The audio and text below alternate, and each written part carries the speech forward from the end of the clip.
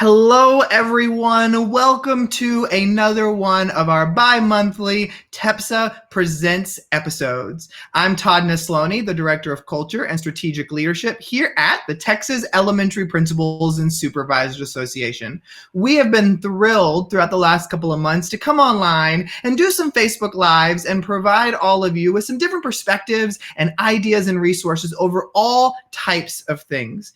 This week's episode, we felt like was a really important and timely conversation to have. School districts across the state of Texas and across the United States are making decisions right now about when they're going back, how they're going back, what it's going to look like for virtual, online. But the conversation that keeps coming up again and again from teachers, administrators, and parents alike is, are my kids safe? And in addition to that, are my staff members safe? Are the people who are showing up on campus every day safe when we're hearing all these different opinions left and right? So when we thought about having this conversation, I recently watched a Facebook Live conversation with my guest today, and it was with her and her husband, Adam Dovico, who is a friend of mine as well. But it was a brilliant conversation that I thought I've got to get her on to TEPSA Presents. So I am thrilled to welcome board-certified pediatrician, Dr. Jaclyn Dovico. Dr. Dovico, Jaclyn, I'll probably call you both throughout this. But either one is fine. Yeah, I'm not your doctor, so you may call me Jaclyn. There we go. So Jaclyn, tell everybody kind of who you are and your background. Sure. So I am, as Todd mentioned, I'm a board certified pediatrician. I practice in the outpatient setting. So general clinic, I see well child checks as well as sick visits. I personally work in a private practice. However, as a pediatrician, I've gone through training on both inpatient and outpatient experience. We've been in Greensboro for approximately 1 year so far, and I've loved it. So, Jaclyn, before we even jump into the school side of things, I kind of want to start with just your practice that you're at. And so obviously you have been dealing with different COVID concerns since the start, because Yes. kids don't stop coming to the doctor no matter what's happening. So what has that experience been like for you as a pediatrician? It's different. I never ever thought I'd be practicing during a pandemic. So when it first hit, kind of mid-March, with the stay-at-home orders that kind of trickled across the country, initially what we were doing is we were telling basically all our families, hey, stay home unless you absolutely have to come into the office. So we spent a few weeks to month and a half really limiting things to well child checks only for children under 2, because they're going to be seen more often and get much needed vaccines versus, a 5-year-old well child check can wait a few months and not much, nothing significant likely is going to change. And then most sick visits we were trying to keep over the phone. Now, as the more stay-at-home orders have been lifted, we've learned more about the novel coronavirus and the disease that causes COVID. We are seeing more patients in our practice. We've definitely restructured things, though. Right. So unlike before, when you go to the doctor's office, there's some kids that are well and some kids that are sick. We did have initially, where we do still technically have separate waiting rooms. Nobody's waiting in those waiting rooms now. Oh, wow. So we are only seeing well checks in the morning until about 2:00. And then starting at 3:00 on is our sick visits. Okay. And that 2 to 3, that kind of in between period, I'll call them, sick but not infectious, the rashes, the constipation, that sort of thing.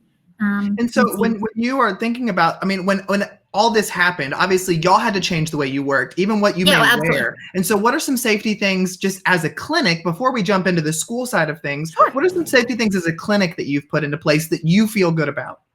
Well, I feel good about, so we've eliminated the waiting rooms, meaning families just check in via their phone in the car. So when they're ready, we have a nurse go straight out there. They bring them from straight to the car to their room. We have requested, aside from newborns, only one parent per patient, if possible, and try to avoid bringing siblings to the office, if possible. We've instituted a universal mask policy for everyone age 2 and up. We have also eliminated our checkout. So families, instead of handing a piece of paper to the front, everything is via phone now. We've also, I more often will wear scrubs, especially if I'm seeing sick patients. I will wear either surgical masks or N95s and face shields, depending on the type of patient I'm seeing. So we've really kind of restructured that. I make a bigger deal in front of my patients. I've always washed my hands first thing when I get in the room, but now I stand there and I talk about it and I model how to wash hands correctly for those kids. So that's just a change that I've made. Yeah. Well, and every appointment's making twice as long because everyone's asking all these questions about COVID. I bet they are. I bet like you feel like you have become like the COVID expert with all the questions that must come. I feel like you're probably answering the same question over and over and over again too. What do you find is one of the most asked questions from parents?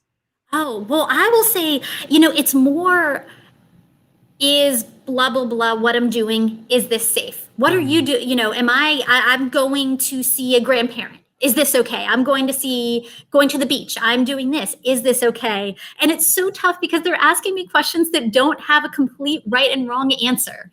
And I tell them honestly, and I tell them, hey, here's what you've got to do to be, the most conservative. This is if you have, someone at highest risk from illness versus, you also need to stay sane, and mental health and social health is also very important too. So it's tough because I want to be reassuring to parents as best as I can without pretending I have all the answers, because nobody does.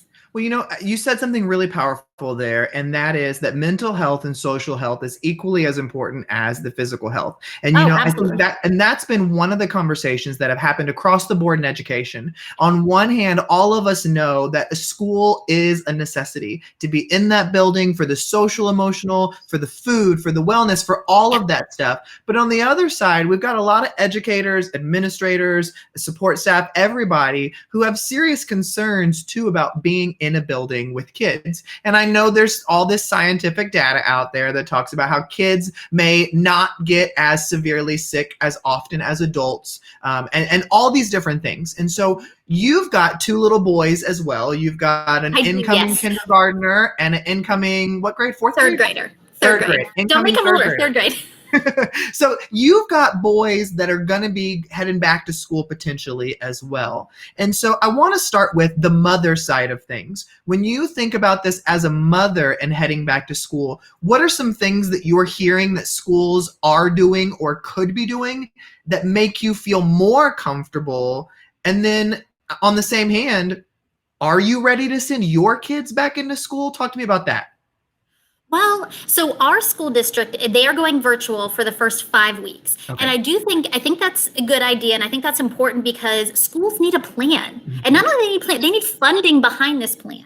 I want to know that schools are cleaning more often and they have the money to purchase the supplies to actually be able to do this.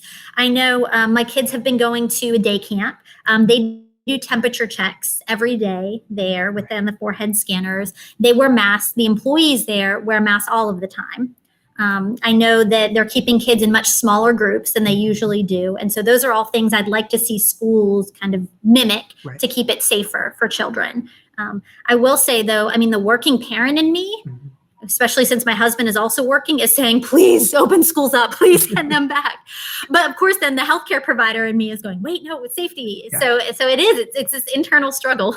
Well, you made a good point there. We have educators and administrators who their districts are going to be starting in person, and they are going to be coming home to family members who won't be at the school, maybe, who might be more at risk, who they have more concerns about. And so you being in the medical profession and knowing you're coming home to two little ones and a husband, what are some things that you do or that you've put in place that you feel more comfortable that there's less of a risk of you bringing something home? Yeah. So when I see sick patients at work, I wear scrubs. So I know I can wash those in boiling hot water and not worry about what they look like. I wear the N95 mask. Now I will say it's not a small, so it doesn't fit my face perfectly.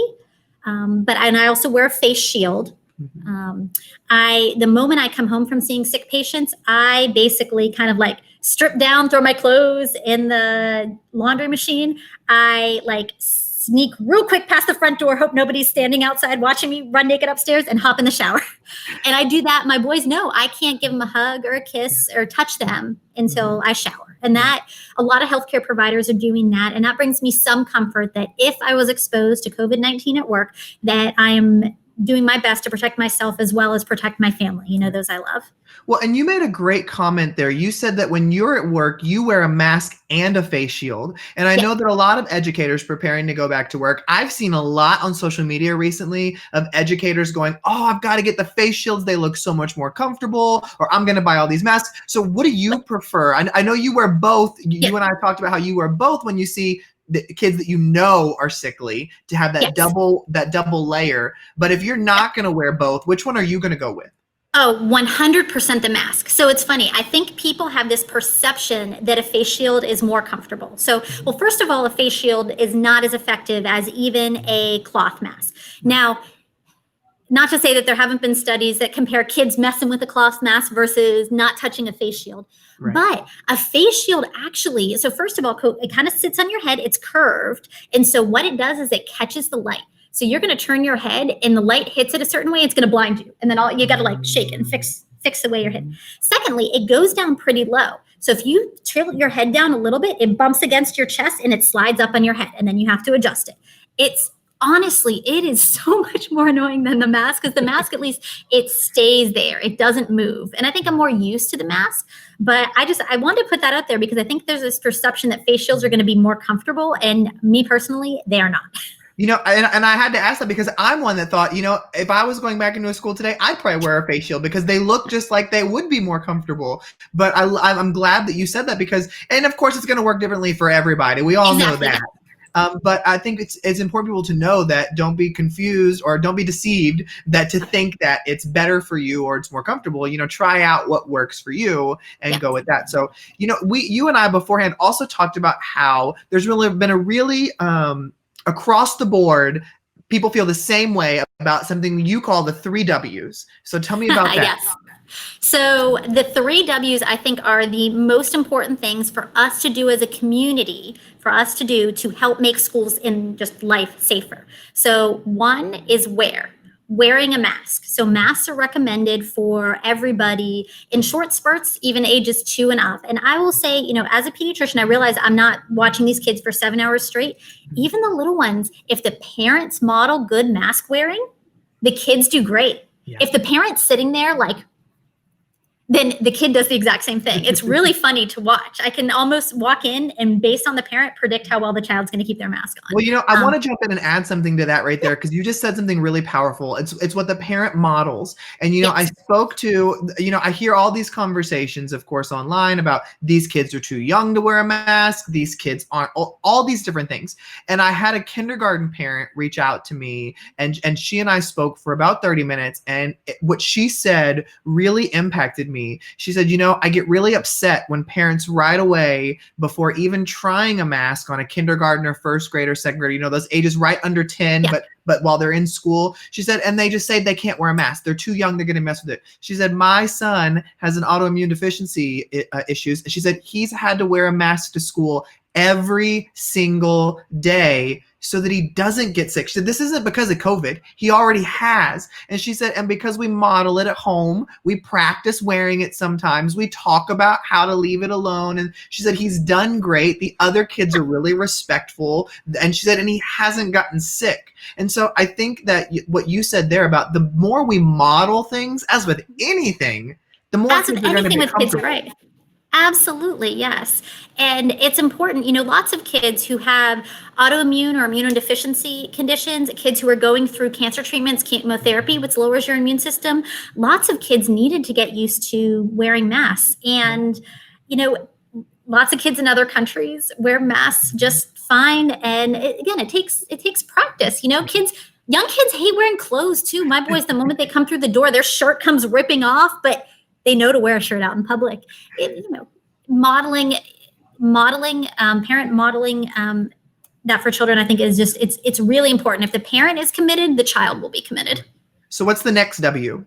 The next W is wash. So it's really important to wash your hands. And now we're washing significantly more often than I think we were prior to COVID, because as you can see, all the soap, hand sanitizer, everything's off the shelves. So one thing I think is important too, to really teach kids how to wash their hands correctly, and adults practice washing your hands correctly. So you can't just put soap in the middle of your hands and run them underwater and go, done. You really want to take about 20 seconds to wash your hands, get the fronts, get the backs like this.